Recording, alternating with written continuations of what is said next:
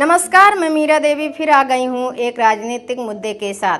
संविधान एक बार फिर से चर्चा में है और इस बार इसकी वजह बने हैं राष्ट्रीय स्वयंसेवक संघ के महासचिव दत्तात्रेय होसबले।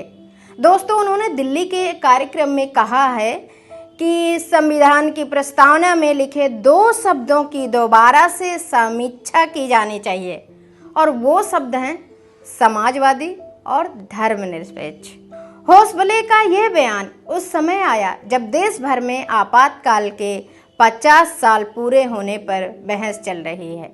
दरअसल ये दोनों शब्द समाजवादी और धर्मनिरपेक्ष 1976 में आपातकाल के दौरान इंदिरा गांधी की सरकार द्वारा संविधान की प्रस्तावना में जोड़े गए थे। लेकिन सिर्फ होसबले ही नहीं, इस राय का समर्थन देश के उपराष्ट्रपति, हाँ आपने सही सुना, उपराष्ट्रपति जगदीश धनखड़ ने भी किया है।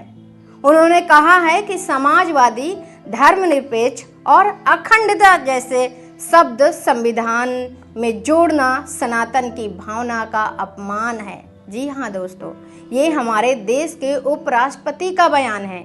इसके अलावा बीजेपी के कई बड़े नेता भी इस मांग का समर्थन करते नजर आए, जैसे कि असम के मुख्यमंत्री हिमंत बिस्वा शर्मा, केंद्रीय मंत्री शिवराज सिंह चौहान और जितेंद्र सिंह। हिमंत शर्मा ने तो साफ साफ कहा है कि समाजवाद और धर्मनिरपेक्षता पश्चिमी विचारधाराएं हैं और इनका भारतीय सभ्यता में कोई लेना देना नहीं है। अब इस पूरे मुद्दे पर विपक्ष भी पूरी तरह से हमलावर है। राहुल गांधी ने आरएसएस पर आरोप लगाते हुए कहा है कि ये लोग संविधान को मनुस्मृति जैसी किसी किताब से बदलना चाहते हैं। उन्होंने कहा, बीजेपी बहुजनों और गरीबों से उनके अधिकार छीनकर उन्हें फिर से गुलाम बनाना चाहते हैं। संविधान जैसे ताकतवर हथियार उनसे छीनना इनका असली एजेंडा है। संविधान इन्हें इसलिए चुभता है क्योंकि वो समानता, धर्मनिरपेक्षता और न्याय की बात करता है।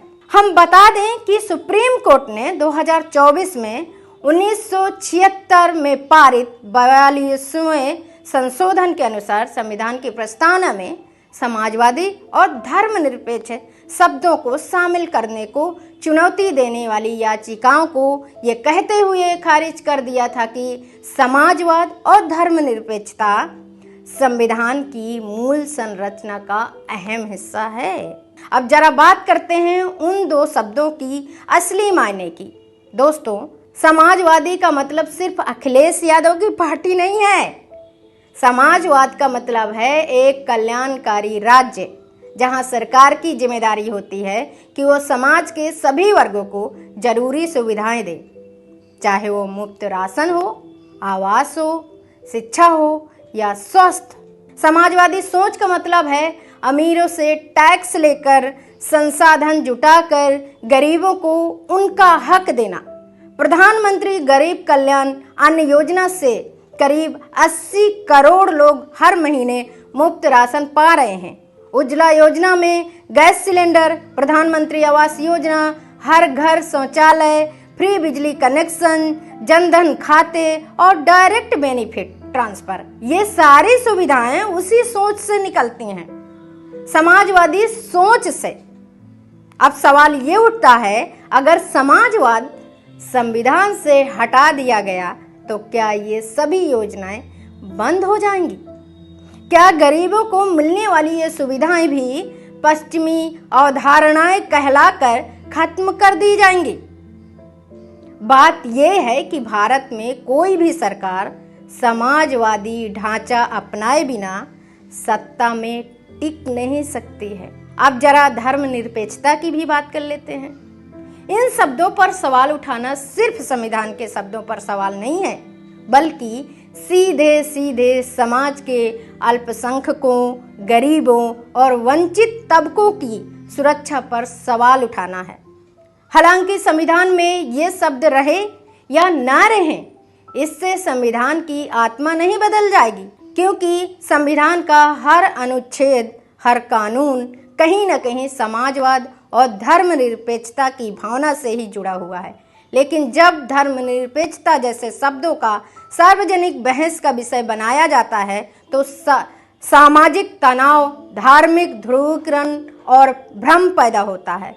ये सिर्फ शब्दों की बहस नहीं है, ये संविधान की आत्मा, समाज की एकता और लोकतंत्र की नींव पर बहस है। तो दोस्तों, इस मुद्दे पर आपकी क्या राय है? मैं यहीं पर आपके लिए सोचने के लिए इन शब्दों को, इन सवालों को, इन विचारों को छोड़ करके जा रही हूँ। तो इस बारी के लिए बस इतना ही। अगली बारी मैं फिर आऊँगी एक नए मुद्दे के साथ और आपके विचार इस मुद्दे पर ज़रूर सुनना चाहूँगी। आप क्या कहना चाहते हैं, क्या सोचते हैं, आपके क्या सवाल हैं? तो अभी के लिए बस इतना ही। नमस्कार।